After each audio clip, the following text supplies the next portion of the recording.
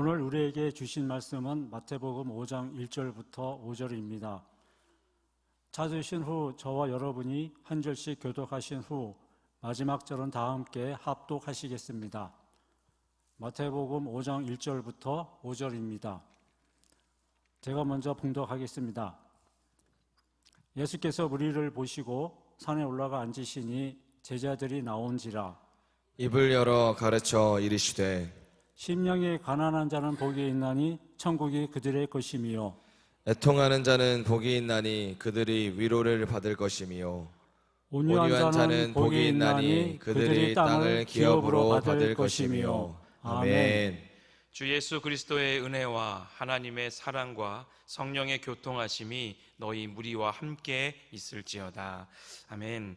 고린도후서 13장 13절의 말씀으로 이 새벽 거룩한 주일을 깨우는 사랑하는 성도님들을 축복하며 나아갑니다. 하나님의 은혜가, 하나님의 그 사랑이, 또 성령의 교통하심이 저와 여러분에게 함께 하셔서 이 시간 온유함의 참된 의미를 깨달아서 하나님 나라의 거룩한 백성이, 복된 백성이 되시기를 주님의 이름으로 축복합니다. 오늘 말씀의 제목은 하늘의 논리, 땅의 무지입니다.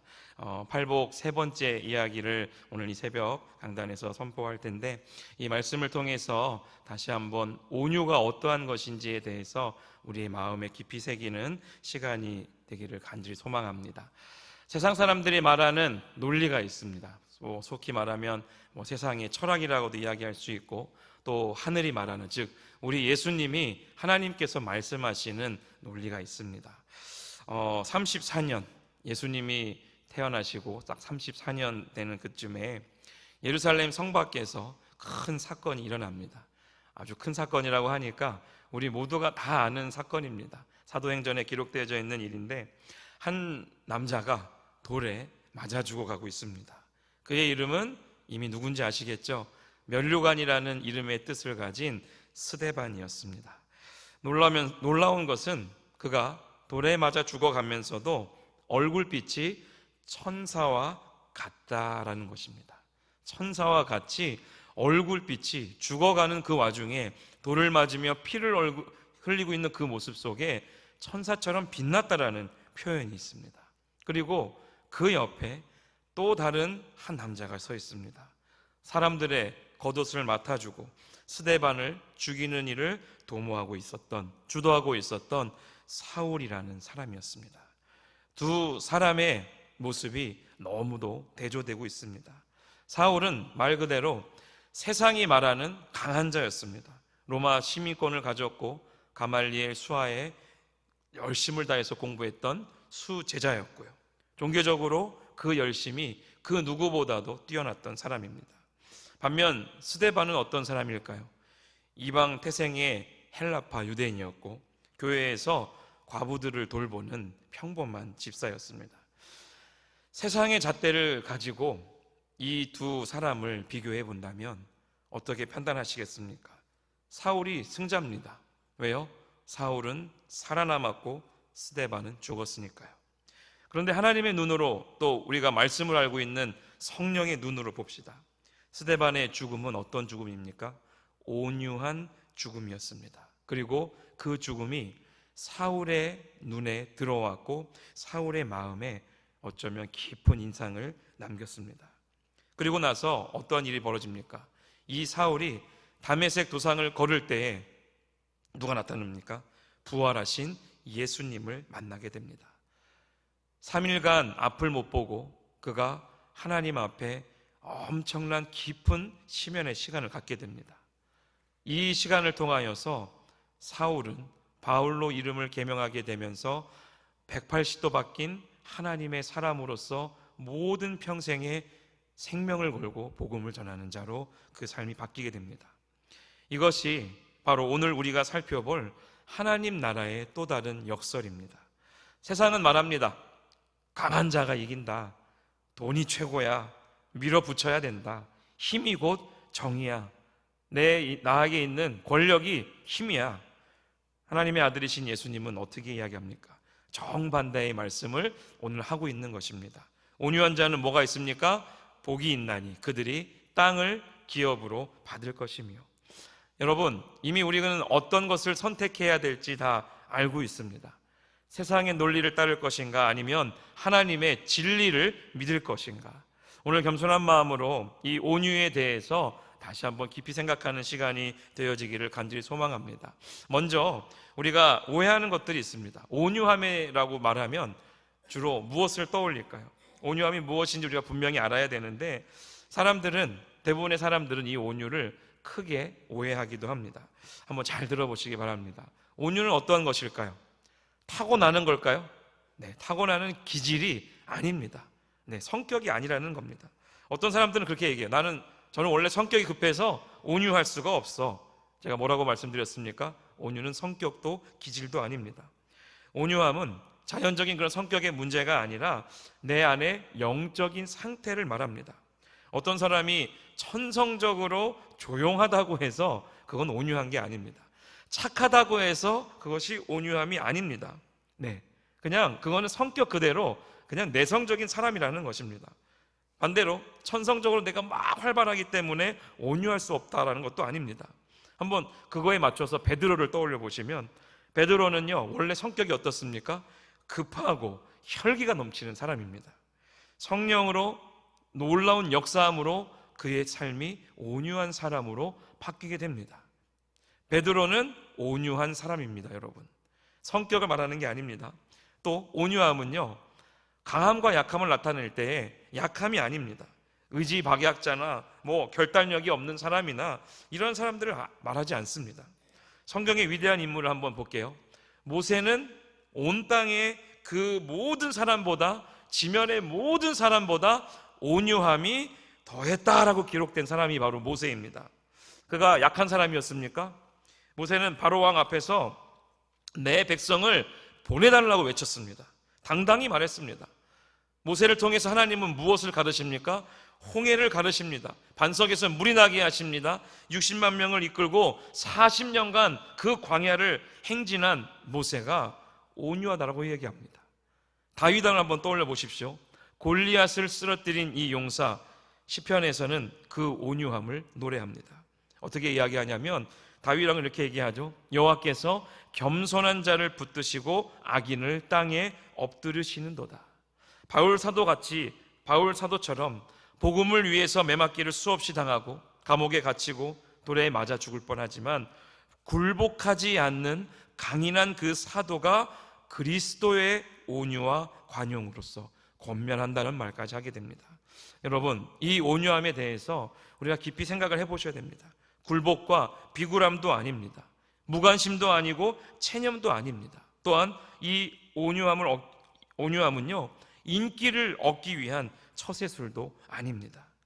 사랑하는 성도 여러분, 이 온유함은 참된 의미가 있습니다. 어떤 의미를 갖고 있냐면, 이 온유함은 우리의 태도를 또 이야기하기도 합니다. 하나님 앞에서 내가 바로 서 있는가. 온유는 코람데오입니다. 내가 하나님 앞에 어떠한 모습으로 서 있는가. 하나님의 절대적인 그 모든 주권을 인정하고 믿는 것입니다. 하나님의 지혜와 지식인 이 성경 66권을 여러분 완전하게 믿고 계십니까? 그리고 하나님의 뜻에 절대적으로 순복하고 있습니까? 이것이 온유의 태도입니다. 온유한 사람은요 늘 이렇게 이야기합니다. 하나님, 우리 하나님이 옳습니다. 우리 하나님이 정답이십니다. 하나님의 방법이 진리입니다. 이렇게 입으로 선포하는 사람이, 믿음을 가지고 나아가는 사람이 온유한 자라고 이야기합니다. 또 이 온유는 맹목적으로 순종하는 것을 말하지 않습니다. 하나님의 성품 때문에, 하나님의 말씀 때문에, 내가 하나님의 사랑을 확신하기 때문에 드릴 수 있는 내 안에 지적인 반응이고 지적인 순종을 말합니다. 여러분, 욥을 한번 떠올려 보세요. 모든 것을 잃었습니다. 그런데 그가 어떠한 고백을 합니까? 주시니도 여호와시요 거두시니도 취하시니도 여호와이시니 여호와 하나님의 이름을 내가 찬송합니다. 다 걷어갔어요. 다 빼앗아갔어요. 어떻게 보면 내 몸에 욕창까지 생겨서 아내마저도 하나님을 저주하고 죽으라고, 친구들마저도 하나님을 저주하라 그렇게 이야기하지만 그 가운데에서도 그는 고백합니다. 주시니도 취하시니도 하나님이시기 때문에 나는 하나님을 찬양할 수밖에 없다. 이것이 온유함의 극치입니다. 온유함을 가진 사람은요, 내 자신을 하나님의 말씀의 표대 잣대 위에 딱 놓고 스스로 평가할 수 있는 자입니다. 즉 지혜와 지식이 충만한 자를 말합니다. 온유한 사람은 내 자신이 누구인지를 분명히 말합니다. 하나님 앞에서 저는 무엇입니까? 죄인입니다. 은혜가 아니면 죄인이라고 내가 말할 수가 없다라는 것입니다. 절망적인 체념이 아니라 정말 해방적인 그런 깨달음을 내가 갖게 되는 이유는 하나님의 은혜가 얼마나 크신가를 알고 있기 때문에 나는 하나님 앞에 예할 수 있고 하나님 앞에 내가 사랑합니다라고, 하나님의 말씀 앞에 내가 절대적으로 순종할 수 있습니다라고 말할 수 있습니다. 사도 바울의 이야기를 계속 드리고 있지만 이 사도 바울은 죄인 중에 괴수라고 본인 스스로가 이야기합니다. 여러분, 이게 나는 죄인 중에 괴수야, 이것이 자기 비하입니까? 네, 자기 비하가 아닙니다. 하나님의 은혜의 크심을 더 깊이 깨달았기 때문에 그렇게 고백할 수 있다는 것입니다. 그러나 내가 나 된 것은 하나님의 은혜로 된 것이니 내 은혜가 내게 헛되지 아니하다. 이것이 바로 사도 바울의 명품 고백입니다. 여러분, 온유함은요 절제의 힘입니다. 오늘 성경에 기록되어 있는 마태복음 5장 5절에 기록된 이 온유함이라는 이 단어는 프라우스예요. 프라우스는 어떠한 단어이냐면 야생마를요 잡아다가 그 말을 길들일 때 사용하는 표현이 프라우스입니다. 여러분, 야생마가 길들여지면 이 기수에 의해서 조정을 받게 된다는 거예요. 말탄자에 의해서 그 힘을 뭐 하는 거예요? 조정당하는 거예요. 그럼 야생마가 원래 갖고 있었던 그 힘이 사라지는 걸까요? 아니요, 절대적으로 사라지지 않습니다. 그 힘이 없어진 것이 아니라 힘이 통제되고 있다는 것입니다. 즉 우리가 하나님 앞에 어쩌면 저 길가에 내져져 있는 야생마와 같은 존재일 수 있습니다. 그런데 하나님께 붙잡히는 순간 우리는 하나님에 의해서 모든 삶이 어떻게 되는 거예요? 완전히 주도적으로 인도받게 되고 하나님의 말씀에 따라 우리는 그 길을 걸어가게 된다는 것입니다. 내 안에 수많은 자아들이, 수많은 욕구들이 언제든지 튀어나와서 엎어질 수가 있습니다. 사울 역시 위대한 자였습니다. 지혜와 지식으로나 그를 따를 자가 없었습니다. 하지만 그 야생마와 같은 세상의 힘을 우리 하나님이 붙잡으시니까 어떻게 됩니까? 하나님 안에서 온전하게 쓰임받는 멋진 이 온유함을 가진, 프라우스를 가진 하나님의 백성이 될 수 있었다는 것입니다. 엄청난 힘을 통제하여서 그것을 유익한 전력으로 만드는 분이 바로 우리 만군의 여호와 하나님이십니다. 이 온유함은 단순히 부드러움만을 말하는 것이 아니라 강함과 부드러움의 완벽한 조화를 말하고 있습니다. 강철이 단단하면서도 어떻습니까? 유연합니다.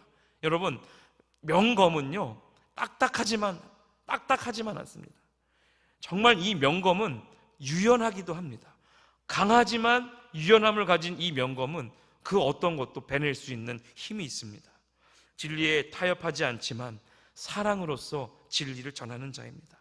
하나님의 뜻에 있어서는 확고부동하지만 사람들의 이 연약함에는 바로 인내라는 것이 들어있다는 것입니다. 이 온유함은요 하나님을 내 삶으로서 계속적으로 드러내며 반영하는 삶입니다. 하나님은요 전지전능하신 분입니다. 믿으십니까? 그런데 강압적이진 않으십니다. 공의로우시지만 또 자비로우십니다. 강함과 약함으로 보여지는 그러한 것들이 하나님 안에 공존하고 있는 모습이 보입니다. 거룩하신 분입니다. 죄인인 우리가 하나님을 보면 어떻게 될까요? 죽습니다. 왜요? 우리는 성경에 출애굽기에 기록되어 있는 제사장들이 하나님 앞에 예배드리러 갈 때에 그가 지성소에, 왕의 그 지성소에 들어갔을 때 죄가 있다면 그 즉시 죽었습니다. 그래서 다리에다가 뭘 달고 들어갑니까? 방울이 달린 줄을 달고 들어가는 거예요. 조용하면 방울이 소리가 들리지 않으면 그 제사장은 죽은 거예요. 하나님 앞에 깨끗이 아니한 자는 죽는데 이 하나님 앞에 선 우리가 지금 성령 시대를 살아가고 있는 우리에게 우리 하나님은 강함과 약함과 이 강함과 유연함을 동시에 보여주고 있는 놀라운 은혜를 우리에게 지금 보여주고 있다는 것입니다. 우리는 성경의 인물들을 통해서 그 온유함이 어떻게 실제적으로 드러났는지 하나님의 사람들을 통해서 많이 보여줍니다. 아까도 욥을 이야기했지만 이 욥은요, 동방의 의인 중에 의인이었습니다. 하루아침에 모든 재산을 잃었고 10자녀를 잃고 온몸에 악창이 났고 아내마저 하나님을 욕하고 죽으라고 이야기하고 친구들 역시 그를 정죄하지만 이렇게까지 정죄하죠. 내가 분명히 죄를 지었기 때문에 넌 이런 고난을 당하는 거야. 여러분, 우리가 병에 걸리고 누워있다고 생각해 보십시오. 그런데 옆에 있는 분이, 사랑하는 사람이 찾아와서, 사랑하는 자녀들이, 때로는 아내가, 남편이 그러게 죄 짓지 말라니까, 죄 지니까 이런 병 걸리는 거 아니야. 여러분, 이러한 말을 들으면요, 내가 신앙생활을, 그 믿음 생활을 열심을 다해 아무리 왔다 한들 그 한 문장에 우리는 와르르 무너집니다. 그런데 이 상황 속에서 욥은요, 하나님께 이렇게 처음 질문합니다. 하나님, 왜 저에게 이런 일이 일어날까요? 그러나 이러한 질문하는 욥이지만 결코 하나님을 떠나지 않습니다. 오히려 어떻게 고백합니까? 참 명품 고백입니다. 내가 모태에서 알몸으로 나왔으니까. 또한 이 알몸으로 하나님께 돌아가 올집니다. 내가 하나님께 돌아갑니다. 그 다음 고백이 바로 주시니도 취하시니도 하나님이시기 때문에 나는 하나님을 찬양합니다. 여러분, 마지막에 하나님이 욥에게 딱 나타나셨을 때에 욥이 이러한 고백을 합니다. 내가 주께 대하여 이 귀로만 들었습니다. 이건 뭘까요? 욥이 하나님의 음성을, 하나님의 그 마음을 그가 믿기는 했지만 이 병에 걸리고 쓰러지고 하나님을 만나기 직전까지 하나님의 음성을 그냥 사람들의 이야기를 통해서 귀로 듣기만 했다는 거예요. 여러분, 놀랍지 않습니까?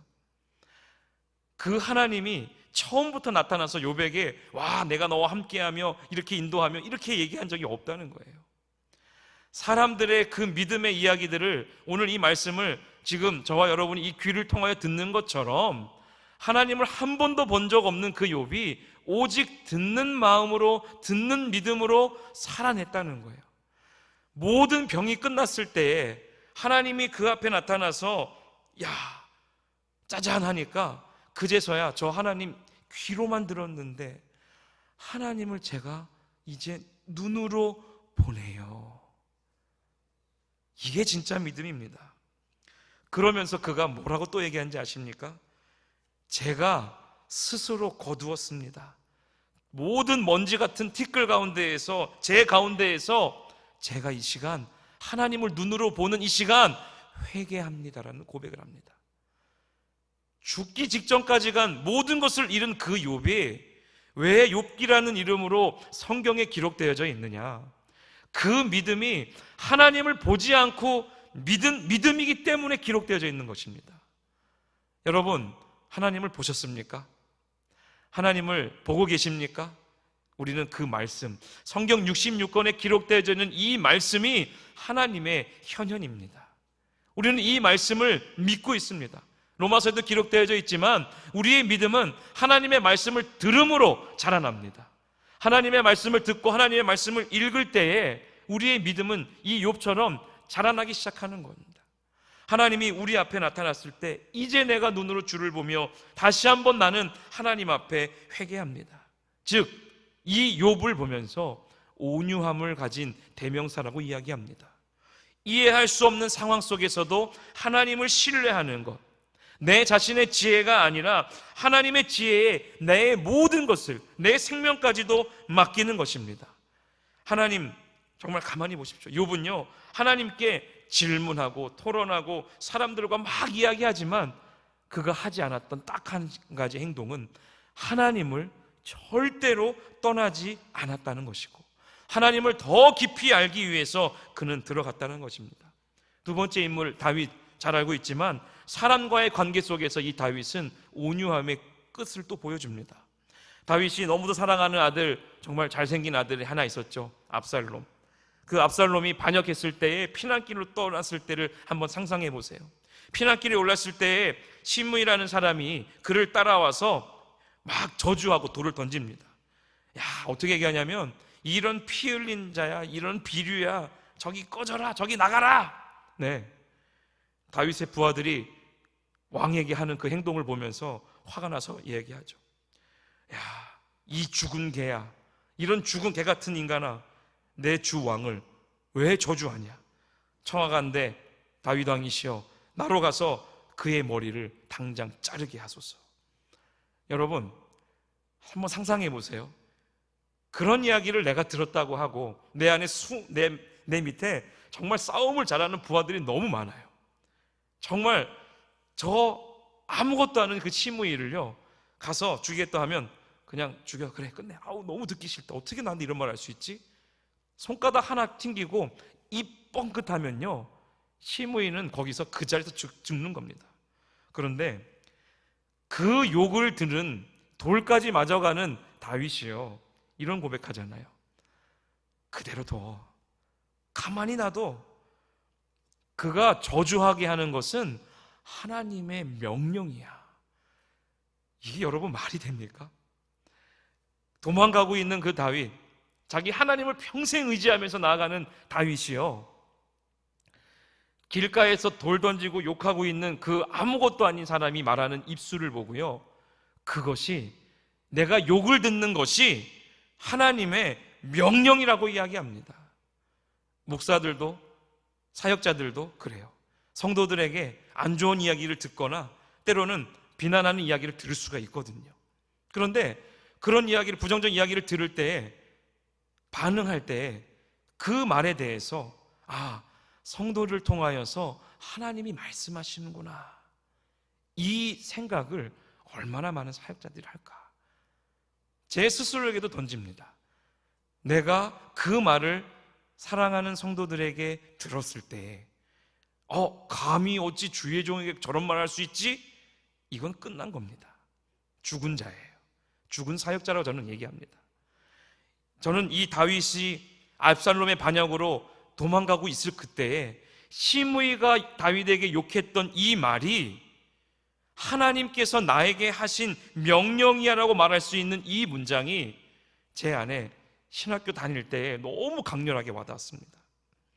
여호와께서 나의 원통함은 나중에 아시기 때문에, 이미 아시기 때문에 감찰하시고 오늘 하나님께서 그 대신에 선으로 모든 것을 갚아주실 거야. 갚아주실지 모르노라, 이렇게 이야기합니다. 정확하게도 아니에요. 하나님이 하신 말씀인데 하나님이 갚아주실 수도 있어, 지금 이렇게 이야기하는 거예요. 이것이 성경이 말하는 온유입니다. 온유는 아까도 말씀드렸지만 내 성격의 착함과 따뜻함을 말하는 게 온유가 아니에요.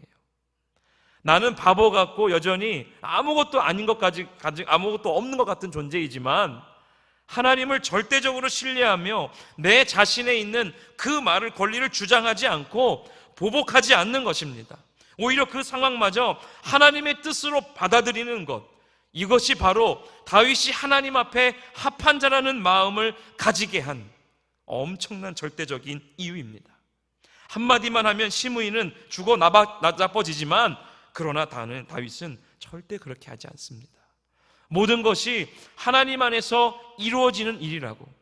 사랑하는 성도 여러분, 우리 담임 목사님 통하여 듣는 말씀 있지 않습니까? 하나님 안에 버려진 사건이 없다. 이 문장이 바로 이 문장을 또 대변합니다. 여러분, 우리 예수님을 딱 떠올려 보십시오. 모든 절대 권세를 가지신 분이시지만 십자가에 못 박혀 죽으시며, 아버지여 저들의 죄를 사하여 주시옵소서, 자기가 하는 일들을 알지 못하나이다라고 기도하십니다. 자신을 십자가에 못 박는 자들을 위해서 기도하시는 분이 창조주이십니다. 어마어마한 역설 아닙니까? 사랑하는 성도 여러분, 오늘 이 온유함에 대해 저는 욥과 다윗의 이야기를 깊이 들려드렸습니다. 온유함의 실제적인 것들은 바로 하나님의 모든 것들을 절대적으로 인정하는 것이고, 온유한 사람은 다윗처럼 보복하지 않는 것입니다. 온유한 사람은 자신보다 다른 사람을 더 존귀하게 여기는 자이며, 온유한 사람은 욥처럼 인내할 수 있는 자입니다. 그리고 온유한 사람은 어떠한 욕을 들어도 용서할 수 있는 마음이 있는 자입니다. 인정과 보복하지 않는 것과 나보다 남을 더 좋게 여기는 것과 인내하는 것과 용서하는 것. 말씀을 마무리하며, 그렇다면 나는 어떻게 온유한 사람이 될 수 있을까? 표대 대신 예수 그리스도만을 바라보는 자입니다. 항상 기도하며 성령의 역사를 구하는 것입니다. 사랑하는 성도 여러분, 온유함을 달라고 기도하셔야 됩니다. 그리고 성령님께 여러분의 교만함과 그 완악한 마음을 부드럽게 하시도록 맡기십시오. 또 온유함은 이 인간의 노력으로 되는 것이 아니기 때문에 전적인 하나님의 선물이고 전적인 하나님의 은혜로 되는 것이 온유이기 때문에 에스겔이 예언한 것처럼 하나님께서 새 영을 너희 속에 두고 새 마음을 너에게 주되 너희 육신에게 그 굳은 마음을 제거하고 부드러운 마음을 줄 것이라고 약속하신 것처럼 성령 하나님의 절대적인 은혜를 저와 여러분이 구해야 될 줄로 믿습니다. 온유한 사람은 참된 영향력으로 나아갑니다. 요한계시록 21장 7절에 이렇게 기록되어져 있습니다. 이기는 자는 이것들을 상속으로 받으리라. 나는 그의 하나님이 되고 그는 내 아들이 되리라. 이것이 온유한 자에게 주는 미래의 약속입니다. 마지막으로 우리 요한계시록 22장 3절로 5절까지의 말씀을 다 같이 한번 읽고 오늘 말씀을 마치겠습니다. 시작. 다시 저주가 없으며 하나님과 그 어린 양의 보좌가 그 가운데 있으리니 그의 종들이 그를 섬기며 그의 얼굴을 볼 터이요 그의 이름도 그들의 이마에 있으리라. 다시 밤이 없겠고 등불과 햇빛이 쓸데없으니 이는 주 하나님이 그들에게 비치심이라. 그들이 세세토록 왕노릇 하리로다. 아멘. 여러분, 우리 온유한 자에게 주시는 하나님의 놀라운 선물은 하나님이 우리 가운데에 욥처럼 그 마지막의 순간에 얼굴빛을 비추시며 나타나는, 그리고 영원토록 우리가 하나님 앞에 또 천국에서 천국 소망을 가지고 왕같은 존재로 살아가게 하신 줄로 믿습니다. 세상은 강해져라, 싸워라, 이겨라, 내 권리를 주장하라고 말하지만 하나님은 말씀하십니다. 온유하라, 겸손하라, 나를 의지하라, 서로 사랑하라고 말씀하십니다. 사랑하는 성도 여러분, 어떠한 길을 선택하십니까? 그 온유함으로, 하나님이 주시는 온유함으로 우리 주님 앞에 간절함으로 나아가는 저와 여러분 되어지기를, 또 온유한 자가 온 땅에 하나님께 사용하시는 놀라운 믿음의 사람임을, 저곳 천국에 소망하는 그 땅을 기업으로 받는 자임을 반드시 기억하시고 넉넉한 승리가 우리의 삶 가운데 있기를 주님의 이름으로 축원드립니다. 우리 이 시간 함께 오늘 이 주신 이 말씀을 기억하며 온유한 자, 땅을 기업으로 받게 되는 미래적인 그 약속을 주시는 하나님 앞에 다 같이 우리 기도할 때에, 하나님, 오늘 이 말씀을 통해 온유함의 참된 의미를 깨닫게 하여 주시고 또 성령 하나님께 주시는 놀라운 역사하심이 우리의 삶의 자옥마다 세상의 강함이 아니라 하나님의 온유함으로 살아가는 내가 되게 해달라고, 하나님 앞에서 겸손하되 진리 앞에서는 담대한 그리스도인이 되게 해달라고, 또 오늘 진행되어지는 모든 우리 시냇가 푸른나무교회 예배 가운데에 다음 세대에 이르기까지 하나님의 놀라운 그 섭리가, 하나님의 만지심의 역사가 온 성전 가운데에 가득하게 해달라고 다 같이 우리 주여 한번 부르짖고 기도의 자리로 나가겠습니다. 주여! 하나님 감사합니다. 하나님 앞에 우리가 기쁨으로 그 왕의 잔치로 나아갑니다. 아버지 하나님, 이 시간 우리를 만지시는 하나님의 그 은혜가 어떠한 것인지 끝없이 겸손함으로, 끝없이 사랑함으로, 끝없이 엎드림으로 하나님 서기를 원합니다. 아버지 하나님, 내 안에 살아계신 하나님의 놀라운 그 은혜를 통하여 다시 한번 깨닫게 하시고 주 말씀으로 내가 다시 하나님 앞에 겸손함으로 살아가기를 원합니다. 하나님, 온 땅이, 온 위에 그 지면 위에 온유함이 더한 모세처럼 항상 하나님을 절대적으로 신뢰하며 하나님을 믿고 또 진리 앞에 담대함으로 세상 가운데 나아가게 하옵소서. 비굴함이 아니라, 하나님 도망감이 아니라 하나님을 사랑하는 절대적인 그 은혜 가운데에서 하나님을 더 깊이 있게 사랑하게 하옵소서. 주의 나라와 주의 권세가 아버지 이곳 가운데 또 이 성전 가운데 충만하오니 아버지의 그 은혜가 내 안에 충만함을 깨닫게 하옵소서. 주여 우리를 축복하시고 주의 거룩한 그 삶 속에 아버지의 나라 거룩한 은혜를 통하여 승리하게 하여 주시옵소서. 하나님 감사합니다. 우리를 살리신 하나님의 은혜로 주여 일어서게 하시고